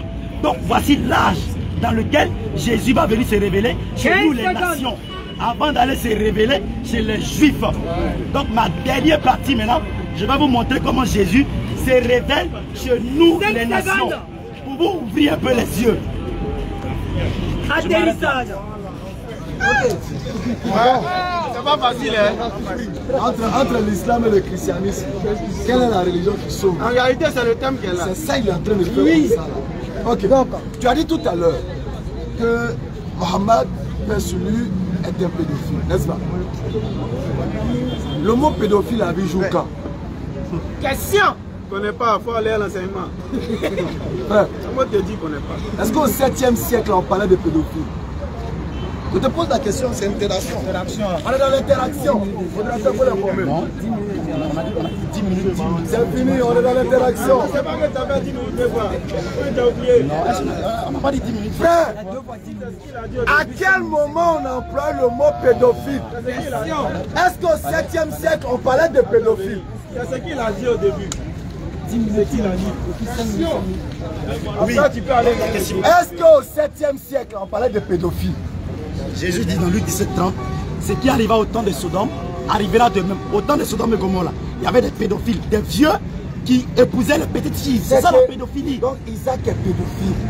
Il est pédophile comme. Montre-moi l'âge de la femme d'Isaac. Hein? Il a marié Rebecca à quel âge? Montre-moi. Hein? Montre-moi. Maintenant montre-moi dans le Coran. Montre-moi. Non, montre-moi dans le Coran. Non, il faut me montrer. Montre-moi dans le Coran où Mohamed a marié Aïcha à 6 ans. Montre-moi, il a marié à quel âge? Faut montrer. Il a marié à quel âge? Montre ça ici. Je ne vais pas te montrer. Donc, tu sais qu'il est pédophile. D'accord, on va continuer. On va continuer. À 9 ans. Donc tu ne sais pas. Elle avait 9 ans. 1 Corinthiens chapitre 7, verset 36. 1 Corinthiens 7, le verset 36. Allons-y. Si quelqu'un regarde, Il faut bien écouter le verset là. si quelqu'un regarde, Oui. comme déshonorable pour sa fille, Oui. dépasser l'âge nubile, Alors, et comme nécessaire de la marier, d'accord. qu'il fasse ce qu'il veut. D'accord. Il ne pêche point pour se marier. C'est quoi l'âge nubile? Faut expliquer. Mais tu ne faut rien. Faut expliquer. L'âge nubile, oui, c'est l'âge à laquelle la femme est pubère. Oui. Ça dit si... Calme-toi. Tu ne vas pas répondre, donc tais-toi. Laisse-moi t'enseigner. La Bible dit, si un homme craint que sa fille dépasse l'âge nubile, ça veut dire si ma fille est nubile à 9 ans et que je crains qu'elle dépasse cet âge-là, que je la donne en mariage, je ne pêche pas. Relis le texte. Si quelqu'un regarde comme déshonorable pour sa fille, de dépasser l'âge nubile, De dépasser l'âge de la puberté. Et quand je ne te donne pas. Viens dans ta Bible, tu ne connais pas ta Bible. 1 Corinthiens 7, C'est donc tu ne connais pas. le verset 36. Je ne connaissais pas, c'est bon. Non, il n'a pas le niveau. 1 Corinthiens 7. Alors, quand tu parles de pédophilie là, hein frère, quand tu parles de pédophilie là, un homme intelligent ne peut pas s'arrêter au 21e siècle pour regarder des gens du 7e siècle pour dire que tu es pédophilie. Comment? Au 7e siècle, il y avait leur réalité. Au 21e siècle, on a nos réalités. C'est comme quelqu'un qui dirait, mais comment au 7e siècle, on pourrait monter sur les chameaux pour voyager? C'est pas normal. On devait monter dans le Rolls Royce pour rouler. Chaque époque a sa réalité. Tu comprends? La plus jeune mère, elle a 5 ans. Elle a été nubile à 5 ans. Et quand elle a pris sa grossesse, on lui a demandé, qui t'a enceinté? Elle dit, je dis pas. Elle dit, je dis pas. La plus jeune mère de l'humanité. Elle est quel âge? Jamais elle ne dénoncera celui Elle dit, je dis pas. qui a abusé d'elle. Parce qu'elle était consentante de coucher avec celui qui l'a enceinté à 5 ans. À 5 ans, Là, 7 mois Attends. et 20 jours. Tu sais qui l'a hébergé? C'est l'église catholique qui l'a élevé, qui l'a adopté et pris son enfant pour élever. Ça là, vous ne parlez pas de pédophile. Mais 7e siècle, les gens ont leur réalité. Vous avez dit, oui, Mohamed a marié Aïcha à 9 ans. Donne-moi le nom d'un seul ennemi de Mohamed qui a dit, Mohamed, comme tu as marié Aïcha à 9 ans, tu es un faux prophète. Donne-moi le nom de un. Il n'y en a pas. Même son ennemi. Donne le nom de un. Vous êtes dans l'émotion, l'euphorique. Parce que vous cherchez seulement à salir pour salir. Tu as dit, Dieu parlait. Est-ce qu'Allah a une fois parlé à Mohamed? C'est les anges qui parlaient. Même Jésus, c'est les anges qui faisaient la révélation à Jésus. Jean chapitre 1, verset 51. Faut noter. Il ne connaît rien, il ne va rien répondre. C'est les anges qui descendaient pour faire révélation à Jésus. Je mets quiconque au défi. Et il lui dit, et Jésus dit, en vérité, vous verrez désormais le ciel ouvert. Désormais le ciel sera ouvert. Et les anges de Dieu monter et descendre. Les anges de Dieu vont monter et descendre. C'est le Fils de l'homme. S'il te plaît, qui est ce Fils de l'homme là, frère? C'est pas. Qui est ce Fils de l'homme là, frère? Faut parler. Voilà, ça se passe comment? Qui est ce Fils de l'homme? Je te pose une question, tu me réponds. Ok. Ce Fils de l'homme là, voilà, c'est ici. Je lis ça ici. J'ai dit Jean chapitre 1, verset 51. Relis encore. Mais je lis ici. Chapitre 1, le verset 51. Allons-y. Et il dit, en vérité, Jésus dit en vérité, vous verrez désormais le ciel ouvert. et les anges de Dieu monter et descendre sur le Fils de l'homme. Qui est le Fils de l'homme? Et les anges montent pour descendre pour venir faire quoi? Le Fils de l'homme, Jésus vient en 3 noms de fils. Fils de l'homme, Fils de Dieu, Fils de l'homme. Qui est le Fils de l'homme? Viens. Le Fils de l'homme là, c'est un prophète. Jésus vient en tant que Qui prophète. est le Fils de Maintenant, l'homme? je te lis ça ici. C'est qui? Je te lis. Comment il s'appelle? Le Fils de l'homme, c'est Jésus. Ok. Maintenant quand les anges montent et puis viennent là, ils viennent faire quoi? Tu me demandes. Ils montent, ils viennent faire quoi? Ils montent, ils viennent faire quoi? Ils viennent apporter la révélation à Jésus. Comment le révélation? Non, tu as demandé quelle révélation? On va répondre. Non, attends d'abord. Attends, tu as demandé quelle révélation? Je te contredis. Non, avant de contredire, tu as demandé quelle révélation? Quand tu ne sais pas pourquoi les pasteurs n'ont plus. Laissez-moi parler aussi. C'est interaction. On te dit de parler. On te dit quelle révélation? Tu connais rien dans ta vie. Il a zéro. Car lui, je n'ai point parlé de moi-même. Il ne connaît rien lui-même. Mais le Père qui m'a envoyé Qu'est-ce qu'il a fait? a prescrit Il a prescrit lui-même. ce que je dois dire, La révélation. annoncer. La révélation. Désormais. Continue. Et je sais que Oui. son commandement est la vie éternelle. C'est pourquoi. C'est pourquoi Oui. les choses que j'ai dit, Pourquoi? je les dis comme le Père me les a dit. La révélation. Il ne dit pas de lui-même. Comme le Père lui a dit. C'est les anges. C'est clair. Maintenant que les anges montent, C'est les anges qui lui ont dit ça. Oui. Les anges. À travers le Père. Qu'est-ce qu'il raconte? On va même prendre Abraham. Les trois anges qui se présentent à Abraham. Les trois anges qui se présentent à Abraham. Oui. On n'est pas à la Sorbonne. Quand tu parles, tu finis de parler. Est-ce que c'est Après ange? ça là, c'est à la Sorbonne on fait. C'est ange. Tu as fini de parler, non? C'est ange. D'accord, je peux répondre? Oui, c'est ange. Donc le Père là, c'est ange. Le Père dit aux anges, les anges viennent révéler. Prenons Matthieu Tiens, 1, verset 18. Tu es un Apocalypse menteur. 22, le verset 9. Écoute, parlez Matthieu. Allons-y. Mais il me dit, L'ange va dire à Jean. Hein. Jean voulait se prosterner pour adorer l'ange. L'ange dit quoi? garde-toi de le faire. Jean, ne te prosterne pas pour Je m'adorer. suis ton compagnon de Je suis ton compagnon, Jean. et celui de tes frères, les prophètes. Dis-moi, il est là compagnon en quoi? Pour manger garde ensemble, mais Tu sais que dans la Bible, Dieu a appelé l'ange de l'Éternel.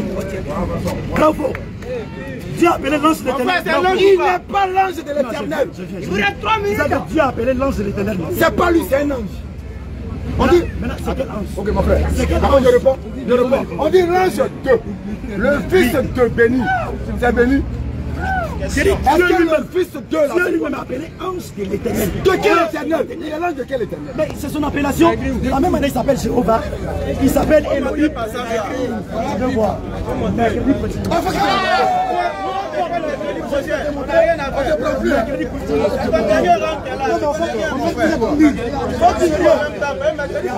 Allons-y rapidement. Le problème, c'est quoi? Oh, il n'y a pas de problème. Tu ne réponds pas aux questions. Tu ne réponds pas aux questions.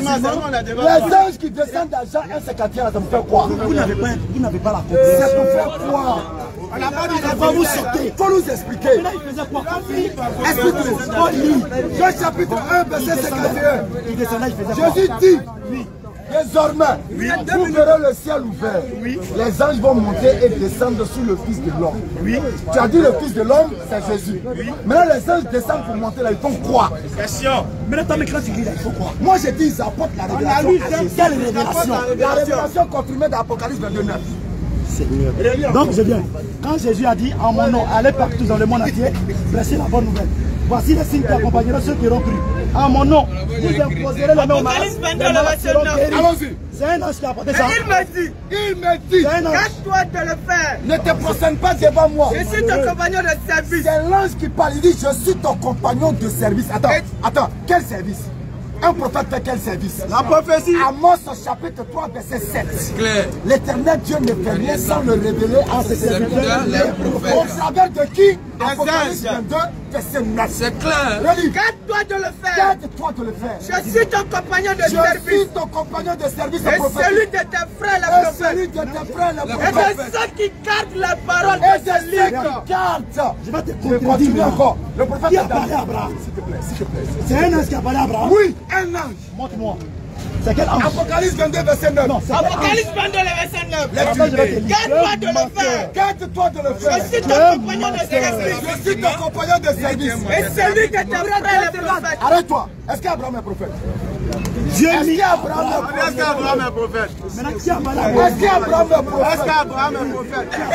Qui a parlé à Moïse? Est-ce qu'il a parlé à Moïse? C'est un ange. Même Moïse qui a parlé à Moïse. C'est un ange. Sur la montagne. C'est un ange. Montre-moi que c'est un ange. Est-ce qu'Abraham est prophète? C'est un menteur. Est-ce qu'Abraham est prophète? Exode 3. Exode 3. Frère, écoute-moi. Il dit c'est la Bible qui ment. Voilà l'ange de l'Éternel. Restez là-bas, tu craches sur nous. 10 secondes. C'est-à-dire l'ange de l'Éternel. Écoutez, voilà le nom de Dieu. L'ange de l'Éternel. Il plaisante. J'ai dit mercredi, il dit non aujourd'hui. Donc je vais lui montrer. Moïse, attends, on est Reste sur place, reste sur place. Écoutez très bien. Ça nous en parle, on vient vers toi. Moïse, écoutez. On l'écoute, hein? Écoutez. Vas-y. Moïse faisait perdre le troupeau de Jéthro, son beau-père sacrificateur de mendiants, et il mena le troupeau derrière le désert et vint à la montagne de Dieu à Horeb. L'ange de l'Éternel lui apparut dans une flamme de feu. Écoutez très bien. L'ange de l'Éternel, c'est pourquoi j'ai dit Dieu, ça fait lui-même appeler l'ange de l'Éternel aussi. Écoutez, l'ange de l'Éternel lui apparut dans une flamme de feu au milieu d'un buisson. Moïse regarda et voici, le buisson était tout en feu et le buisson ne consumait point. Moïse dit, je veux me détourner.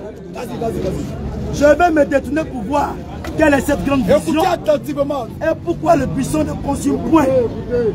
L'Éternel vit qu'il se détournait pour voir. Et Dieu l'appela du milieu du buisson. Il l'a appelé du milieu du buisson. Question. Je viens. C'était l'ange de l'Éternel qui était au milieu du buisson. C'est ça, non? On dit, Dieu l'appela du milieu du buisson. Il dit, Moïse. Il répondit, me voici. Dieu dit, n'approche pas d'ici, ôte tes souliers. Dieu, il est aussi appelé l'ange de l'Éternel. Ok, laisse-moi répondre. Tu peux pas contredire. Laisse-nous répondre. Faut contredire qui est là-bas. Frère, on nous appelle les élèves d'Abdul Majid. Je suis en train de parler. Mais quand tu finis de parler, l'homme va parler, on n'a pas la Sorbonne. Il n'a pas contredit ça. S'il te plaît. S'il contredit pas. Laisse-moi parler. Vas-y. On nous appelle les élèves d'Abdul Majid. Les nuls. La BAM 1781. Ça veut dire quoi? Brigade anti-mensonge. Frère, tu sais pourquoi les pasteurs nous fuient? Parce que nous, notre niveau là, on est dans une autre pédagogie, on a une autre dimension. Et toi-même, tu ne rentres même pas dans notre dimension. Tu sais pourquoi? 1. Apocalypse 22:9 est clair. Abraham est prophète. Noé est prophète. Moïse est prophète. Jacob est prophète. Jésus est prophète. Apocalypse 22, verset 9, rapidement. Apocalypse 22, le verset 9. Écoutons. Mais il me dit, Il dit à Jean, garde-toi de le faire. ne te prosterne pas pour m'adorer. Je suis ton compagnon de service. Quel service? Et celui de tes frères les prophètes. Alors, si Abraham est prophète, qui était son compagnon de service? C'était un ange. Si Moïse est prophète, qui était son compagnon de service? C'était un ange. Alors du 2 Rois. 1 Roi 19, à partir du verset 11. Est-ce que c'est l'éternel Dieu qui était dans le buisson? L'Éternel dit, Il dit, sors et tiens-toi dans la montagne. Oui. Devant l'Éternel. D'accord. Et voici, l'Éternel passa. Et devant l'Éternel, il y eut un vent fort. il y a un vent fort Et violent. et violent Qui déchirait la montagne. qui déchirait la montagne. Et brisait la rocher. Oui. L'Éternel Oui. n'était pas dans le vent. Il n'était pas dans le vent. Et après le vent, Oui. puis un tremblement de terre. Est-ce que tu es dans le tremblement? L'Éternel n'était pas dans le tremblement de terre. Ensuite, Et après le tremblement de terre, Un feu. il y eut un feu. Un feu. L'Éternel n'était pas dans le feu. alors ton buisson Adam qui était un feu sans feu là, Dieu n'est pas dedans. C'est clair. C'est pourquoi le verset commence par l'ange 2. Lorsqu'on dit l'ange 2, ça veut dire la possession. Un ange qui appartient à Dieu. C'est-à-dire l'ange qui appartient à l'Éternel. C'est clair. Est venu vers Moïse. Quand vous vous sentez coincé, Attends, alors. quand tu es coincé, On dit l'ange de c'est Dieu. une porte de sortie. Calme-toi. Alors, c'est un prophète qui accompagne les anges. Ont accompagné tous les prophètes. Jean chapitre 1, verset 51 nous dit, Jésus dit, les anges vont monter et descendre venir sur lui. C'est clair. Frère, tu ne peux pas nous contredire sur ça.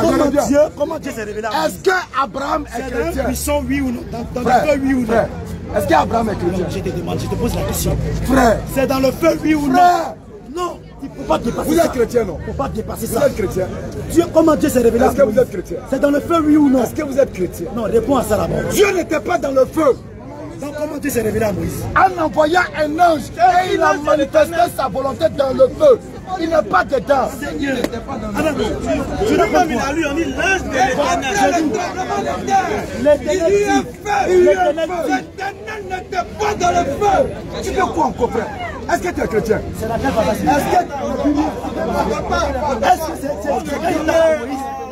Est-ce que c'est quand il était avec Moïse? Est-ce que tu es chrétien? Non. Est-ce que c'était pendant quand il appelait Moïse? Est-ce que tu es chrétien? Non. Je demande, est-ce que c'est quand il appelait Moïse? Je veux savoir si tu es Comment Dieu s'est révélé à Moïse? Je veux savoir si tu es chrétien. C'est un mensonge. Est-ce que tu es chrétien? C'est écrit. J'ai dit c'est écrit.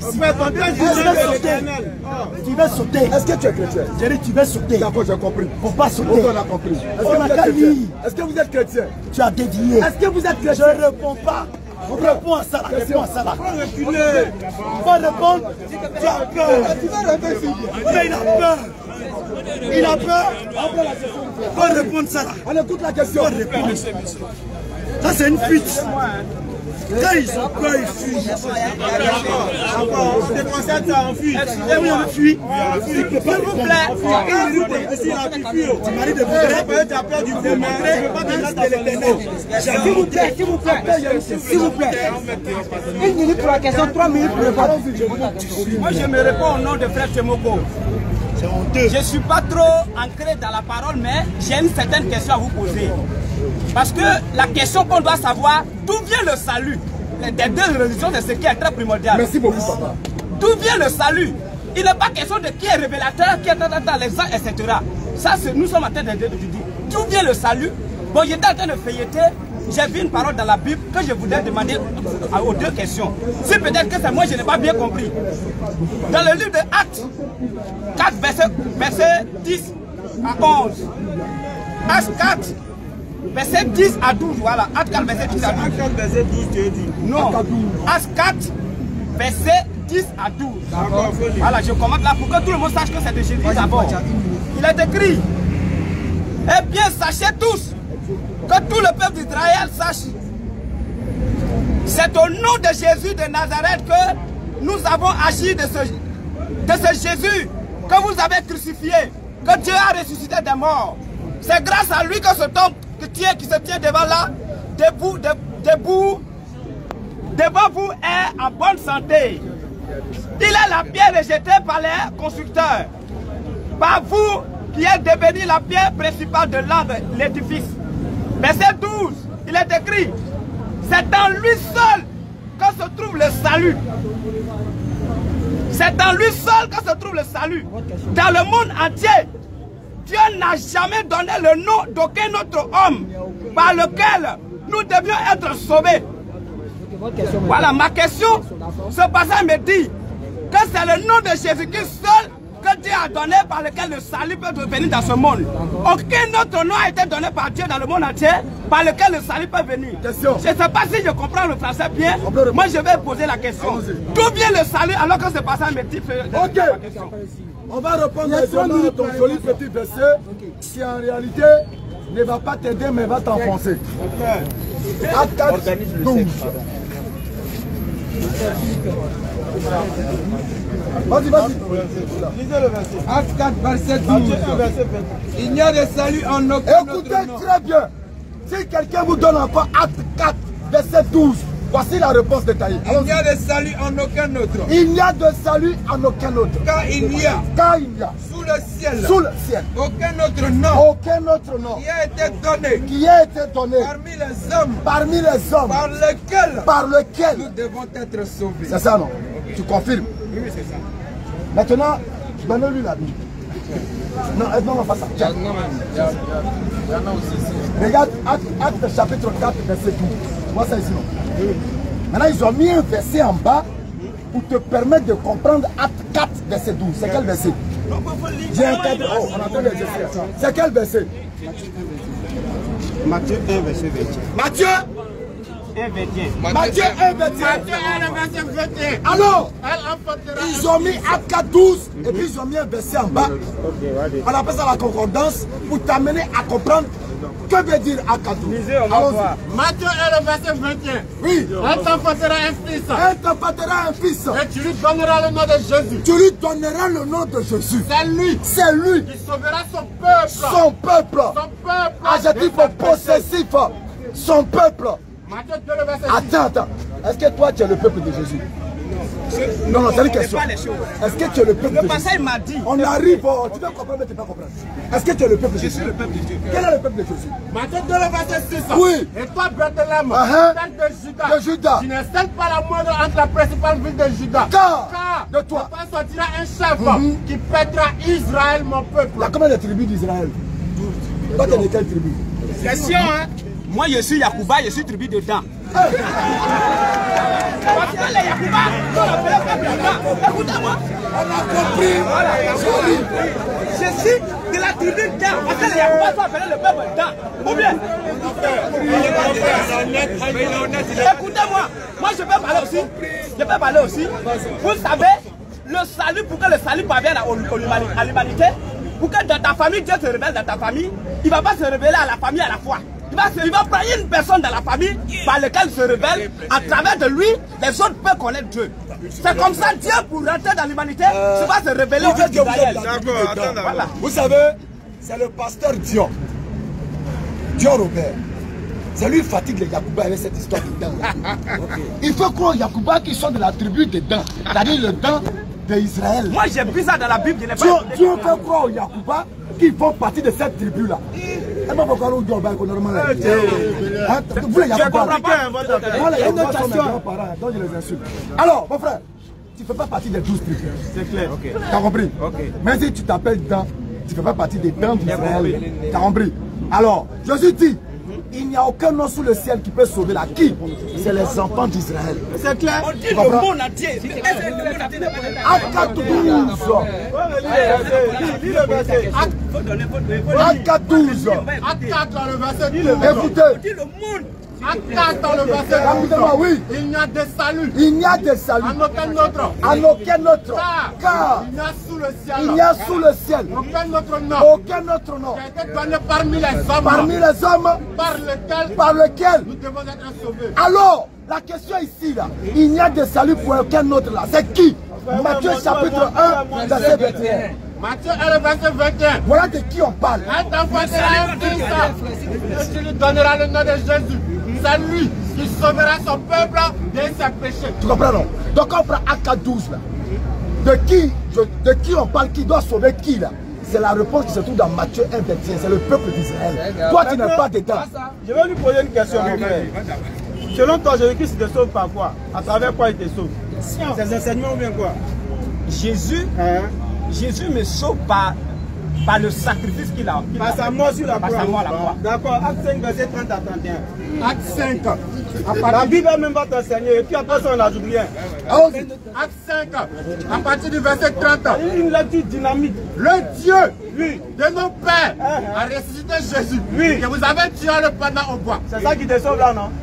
La Bible va nous éclaircir. Au verset 31, Dieu l'a élevé par sa droite comme prince et sauveur. Pour donner à Israël. Non, pour donner aux dents. Pour donner à Israël. Pour donner à Yacouba là. Pour donner à Israël. Pour donner à Israël. La repentance et le pardon des péchés. Eh bien, moi, prochaine question. Non. Il a vu la question. C'est pas fini. Il a vu la prochaine question. Mets son corps dehors. Prochaine question. Bonsoir. La question, bonsoir.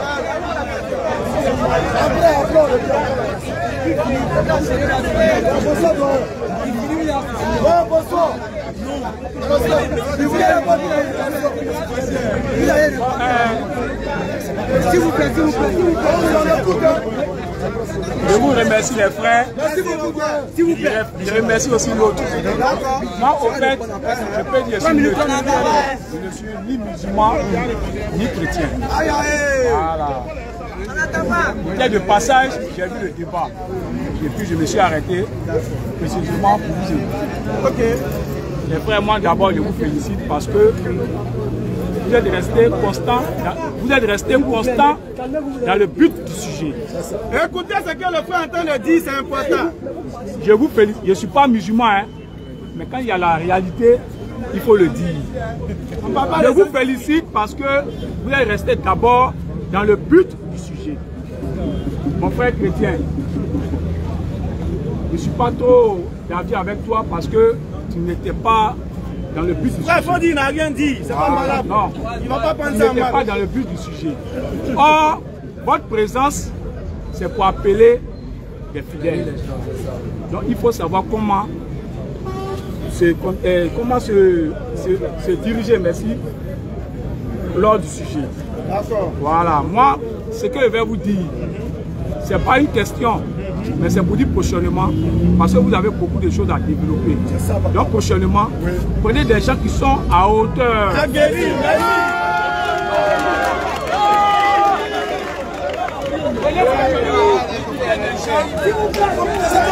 Voilà, prenez des gens qui sont un peu haut pour que vous puissiez bien débattre. Voilà. Sinon, j'étais là, vraiment, ça me choquait. Merci frère, merci pour ta franchise. Non, c'est un peu ça. Mais s'il te plaît, moi, on voulait savoir. Attendez. Mais tu as dit quelque chose d'important. On t'a en quelque sorte convaincu concernant nos arguments. Et tu es d'accord qu'on a beaucoup à dire. Mais qu'est-ce qui t'empêche de devenir musulman? Non, mais c'est parce que en face de vous, il n'y a pas un titan. D'accord, on t'invite vendredi. Donc s'il y a un titan en face de vous, en fonction de moi, ma grand-sœur qui me suit, Nous profitons du passage du frère pour demander à tous ces pasteurs aguerris à la connaissance biblique et coranique de nous rejoindre sur le forum de l'échange sans animosité, argument contre argument, et puis force sera aux arguments. Parce que vraiment, ce qu'il a dit, c'est fort. En toute humilité, celui-là, même le plus petit de nos élèves, lui-là, il ne peut pas débattre avec nous. C'est clair. On a gaspillé des arguments qui ne valent. Il n'a rien compris dans nos arguments. Tu lui as donné trop de points. On prend quelqu'un dans le public. Donc c'est un peu ça. Merci beaucoup, papa. Ok, merci. Vendredi, mais vendredi, on a un débat. Le Gandhi. Dans le rond-point du Gandhi. Ok. Vous pouvez venir là. 3 minutes. Je dois conclure. Vous avez dit tout à l'heure que Jésus est venu sauver son peuple. Mais je vais dire ceci. Comme Matthieu 24 contredit ce qu'ils ont dit. Je cherche ma voix un peu cassée. Comme Jésus s'en allait au centre du temple, ses disciples s'approchèrent pour lui en faire remarquer la construction. Maintenant écoutez. Allons-y, frère, allons-y. Il ne va pas pleuvoir, écoutez ici. Il s'assit sur la montagne des Oliviers et les disciples viennent en particulier lui faire cette question. Dis-nous, quand cela arrivera-t-il et quel sera le signe de ton avènement et de la fin du monde? Jésus leur dit, prenez garde que personne ne vous séduise, car plusieurs viendront sous mon nom disant, c'est moi qui suis le Christ. Et ils séduiront beaucoup de gens. Vous entendrez parler de guerre, de bruit de guerre. Gardez-vous d'être troublés, car il faut que ces choses arrivent. Mais ce ne sera pas encore la fin. Une nation s'élèvera contre une nation. Je saute et je viens ici. Il dit, alors, on vous livrera au tourment et l'on vous fera mourir. Et vous serez haïs de toutes les nations à cause de mon nom. Plusieurs faux prophètes s'élèveront et séduiront beaucoup de gens. Maintenant écoutez ici. Il dit, cette bonne nouvelle du royaume sera prêchée dans le monde entier. C'est pas chez les Juifs. Il dit, dans le monde entier, pour servir de témoignage à toutes les nations. Écoutez très bien. Il dit, cette bonne nouvelle sera prêchée dans le monde entier pour servir de témoignage dans toutes les nations. Alors viendra la fin. Donc Jésus là, il n'est pas venu seulement pour les Juifs. C'est parce que vous remarquez bien, Pierre est allé chez Corneille. Corneille là, il est des nations. La femme samaritaine, est-ce qu'elle est juive? Mais Jésus l'a visité. Il y a 3 races qui ont peuplé la terre. Jam, Japheth et Sem. Est-ce que vous comprenez un peu? Nous avons une seule chose à dire. Akul ja al-haqqa wa zahaqa al-batil Lui-même, son dernier verset l'a cloué. Il prend Matthieu 24, verset 14. On dit tout simplement pour servir de témoignage. Et ce témoignage, nous le rendons dans le Coran. Sourate 2, verset 136. Allah dit, nous croyons en Allah. À ce qu'on a fait descendre vers nous. À ce qu'on a fait descendre vers Abraham, Ismaël, Isaac, Jacob, Jésus, les tribus.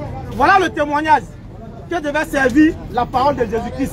Nous témoignons qu'il a été envoyé aux enfants d'Israël. Mais malheureusement, le frère, on lui a donné 2 chances. Et il n'a pas été en mesure de prouver le salut dans le christianisme. Il a tout fait, sauf rester dans le thème. Il a tout dit, sauf parler du thème. De sorte à ce que quelqu'un même quitte dans le public pour venir montrer que le frère c'est un ignorant. Alors nous allons vous dire, chers frères et sœurs en islam, vous avez eu encore une fois la preuve que l'islam est la seule voie qui mène au salut. Alors on va vous laisser avec un cadeau précieux. Ce cadeau-là même, le prophète alayhi salatu wa salam, il a dit que lorsque la dernière parole de l'un de vous est ça, il ira directement au paradis. Alors on vous invite à lever vos index droits. Levez vos index droits et répétez après nous ces propos. Ashhadu la ilaha illallah. Ashhadu anna Muhammadan